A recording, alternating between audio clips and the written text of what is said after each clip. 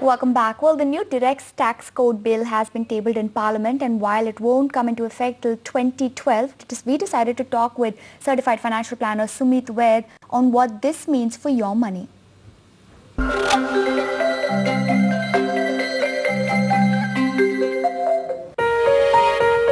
Screaming headlines, opinions and expert comments.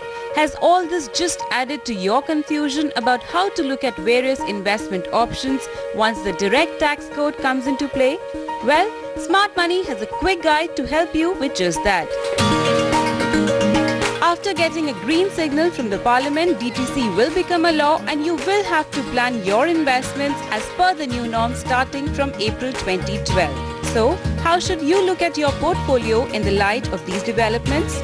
Your financial plan comprises of the following heads: emergency planning, risk planning under which comes life, health and asset insurance, dreams and goals, and your retirement planning. Let's take them one at a time and see how things will change once the direct tax code comes into play.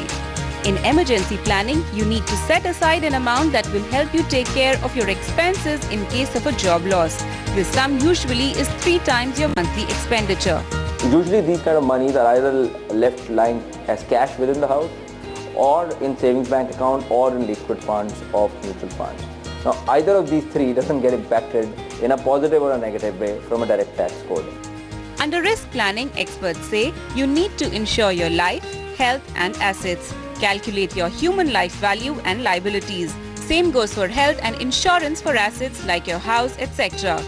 For God's sake, what Government of India will finally do is give benefit of tax savings only to pure life insurance products. That means term plans of life insurance or any product in which life insurance is a predominant thing, not investment, will get the tax break, which is very different from what was happening earlier. Many a time in India we have seen people invest in insurance and used to do it for tax break. So the problem in that was the premiums were high, the cost was high, insurance was inadequate, they were getting a tax break, serving no purpose to anyone. Then comes health insurance, which is the second most important part of risk planning for any family. As for health insurance, the benefit continues. In fact, it gets much more sharper, much more highlighted in part of that 50,000 rupees under which life insurance, health insurance and tuition fee gets covered. Asset insurance is no change. Asset insurance earlier was not having any kind of a big tax break, continues to do that. Planning for your dreams helps convert them into tangible goals. This involves doing the right asset allocation. This asset allocation can be an asset class like equity, fixed income, real estate, commodities. To summarize the dreams convertible into goals, what we are trying to say is the equity is status quo. On the fixed income side, there is still some more clarity required on the long-term capital gain taxation and short-term capital gain taxation for the fixed income. PPF as an instrument is being highlighted again, which we'll cover in the retirement, but that continues to shine the way it was shining. On overall basis, good here. Again, from financial planning point of view, there are enough instruments available. The only question remains is ELSS, which is equity linked savings schemes, which is now being taken away from the section 80C bracket itself. Is this a loss? Yes, to a certain extent. No, to a very large extent.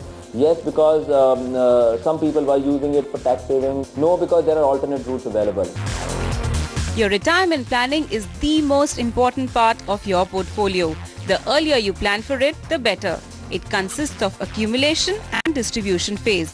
The accumulation phase requires you to save a corpus till your retirement age.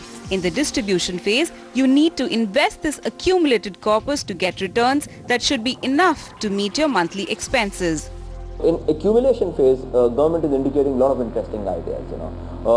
Interesting ideas like PPF continues to remain the benefit. NPS is what they are highlighting about, they're talking about. And trust me, NPS is one of the best ways for people to plan their retirement by getting into equity at the cheapest cost it is really being designed to. There is also some mention on annuities and pension plans coming up which will be tax free, though we need to wait and watch under which regulator will they really come from. But that's a good direction which they are talking about. Long-term capital gain tax on equity continues to be a big positive here. There are some withdrawals which have happened in this feature which were available earlier, which was like 5-year fixed deposit used to get certain benefits which they have withdrawn. Is it a big problem? I don't think so, because I rarely find somebody really going into 5-year fixed deposit fund. I think even banks were not encouraging 5-year fixed deposit because you're not able to go and peg what interest rates should have given that over the next 5 years in such kind of a volatile interest rate scenario.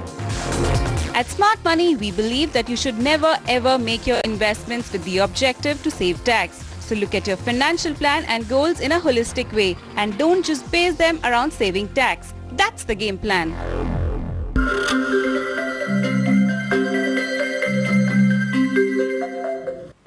Now, on Financial Planner tomorrow, which is Tuesday, we'll be talking about the direct tax code. But later on Smart Money, later this evening at 6:30, the team is going to be discussing whether it makes sense for you to consider investing in foreign economies. That's on Smart Money this evening, and tomorrow on Financial Planner, more details about the direct tax code and how that affects you.